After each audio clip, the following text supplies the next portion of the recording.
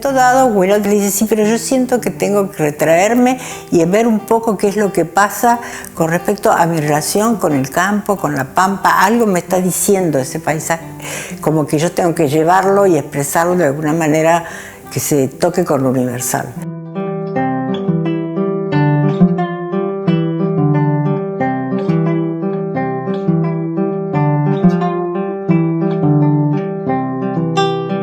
El proceso de escritura de Don Segundo Sombra fue bastante largo, pensando que lo inicia en 1919 y lo finaliza en 1926.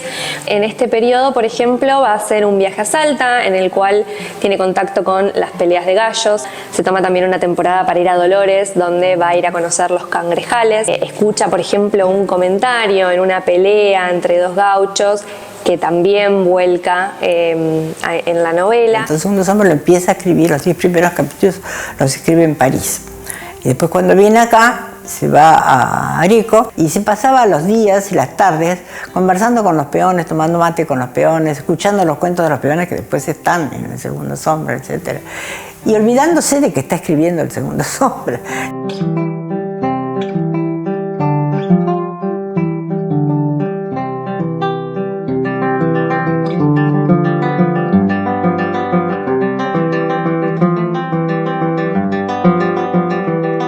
Estamos arriba del cuarto de Ricardo y este lugar es un lugar emblemático donde Ricardo leía, donde Ricardo escribía. Los primeros capítulos Ricardo los escribió en París y los últimos 7 los escribió en este lugar. Ricardo escribía mucho en tarjetas y siempre con la corrección de Adelina.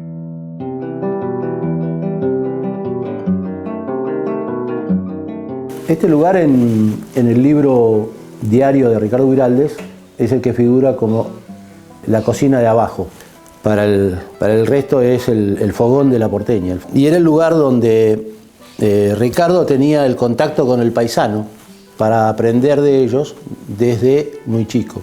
Fabio tiene 2 apariciones en el libro en la estancia de Leandro Galván, que es esta, que vendría a ser esta, que es cuando se escapa de la casa de las tías hasta que se va de recero desde acá con Don Segundo, y cuando vuelve a recibir sus heredades, que se queda los primeros días acá. Todos esos significados son los que tiene este lugar. Realmente recorrer los lugares que habla el Don Segundo, pensar en el paisaje pampeano de esa época, que sin dudas era diferente. Es un privilegio poder leer la primera página del Don Segundo cuando dice cruzando el puente viejo que separa el pueblo de las Quintas. Es una locación real sobre personas reales, llegando a la pulpería La Blanqueada.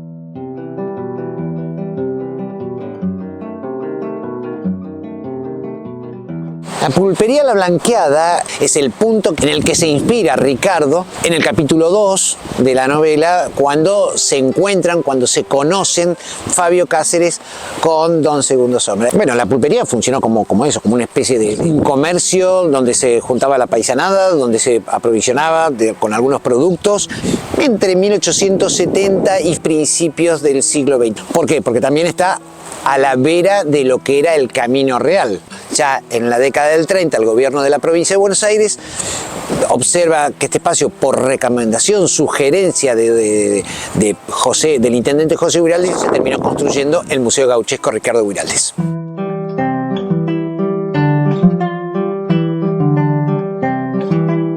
Francisco Colombo, en 1902 se muda a la calle Arellano, ya se instala su taller. En el 22, Manuel Wiraldes y su hijo Ricardo empiezan a charlar con Francisco Colombo para la impresión de un libro llamado Rosaura. Colombo era muy valorado por Wiraldes, porque de hecho cuando especulaba o empezaba a pensar en la idea de editar el Segundo Sombra, bueno, tenía ofertas, porque ya personas habían leído el manuscrito y tenía ofertas, por ejemplo, de Manuel Gleiser, que era otra gran imprenta de Buenos Aires, y él no.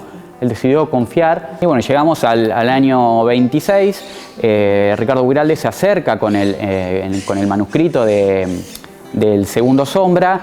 Colombo lo lee y automáticamente él dice, bueno, si este primer capítulo es tan bueno como el resto, vale la pena también hacer un aporte. Entonces, de la tirada de 1000 ejemplares, que Guiraldes estaba dubitativo de hacerla más extensa o menos extensa, Colombo aportó otra tirada similar, es decir, se imprimieron 2000 ejemplares. Colombo le enviaba las cajas de libros a la Casa de Buenos Aires a Evar Méndez y Evar las llevaba él mismo a las librerías para asegurarse de que estuviesen en vidriera. Y este libro fue de alguna manera empujado por el tesón y la visión de Evar Méndez, que era el director del periódico Martín Fierro, donde actuaba Guiraldes junto con La Vanguardia Argentina, y él hizo una maniobra publicitaria que en esa época era totalmente insólita.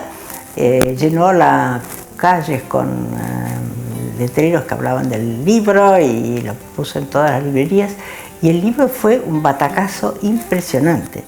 Finalmente, la nota que Leopoldo Lugones hace en diario La Nación, exaltando la novela, lo que le termina de dar la estocada de éxito final. Donde él le da el pedestal a Guiraldes. Dice, este libro es extraordinario, este libro nos funda, este libro nos ilumina, este libro nos orienta, etcétera, etcétera. Y eso es lo que hace también en gran parte la fama del Segundo Sombra. Y la gente hoy día no tiene sentido de la magnitud de lo que fue la primera edición del Segundo Sombra. Ya la primera edición voló por las librerías, la gente se precipitó a comprarlo, que no fue solo un impacto nacional, fue un impacto internacional. Fue este éxito que incluso lo sorprendió muchísimo al mismo Guiraldes. Ricardo se había quedado con ganas de seguir corrigiéndola, de seguir salvando algunos errores. Después escribe una carta a Valéry Larbaud diciéndole que sorprendentemente eso que él veía como error era una de las cosas que más le había gustado al público, así que estaba satisfecho finalmente con ese producto final. El libro tiene mucho modismo nuestro, local, rural, pero al mismo tiempo tiene comparaciones, metáforas que son del simbolismo francés, y la gente se da cuenta que esa mezcla es muy poderosa, muy especial. Y tiene la propuesta de esa figura extraordinaria que es el Segundo Sombra. Y eso me parece, esa coyuntura de incertidumbre social en general con respecto a dónde iba la cultura y la presentación de un prototipo muy atractivo, muy fascinante, muy distinto, eso me parece que fue lo que pegó.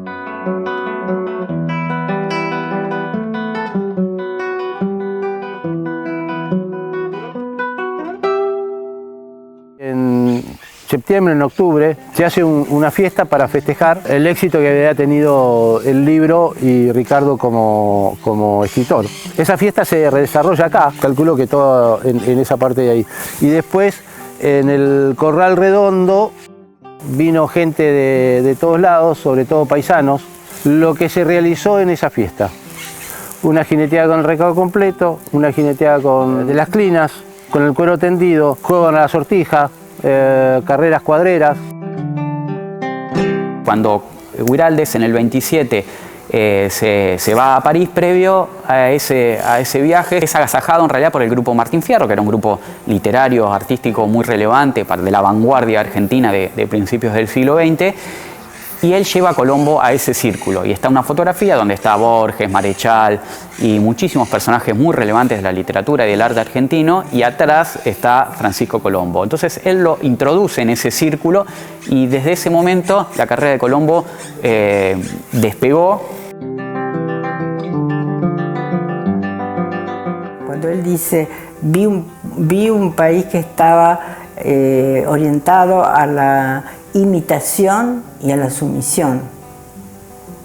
Eso era el juicio que tenía el paisano mítico de Guiraldes sobre la Argentina.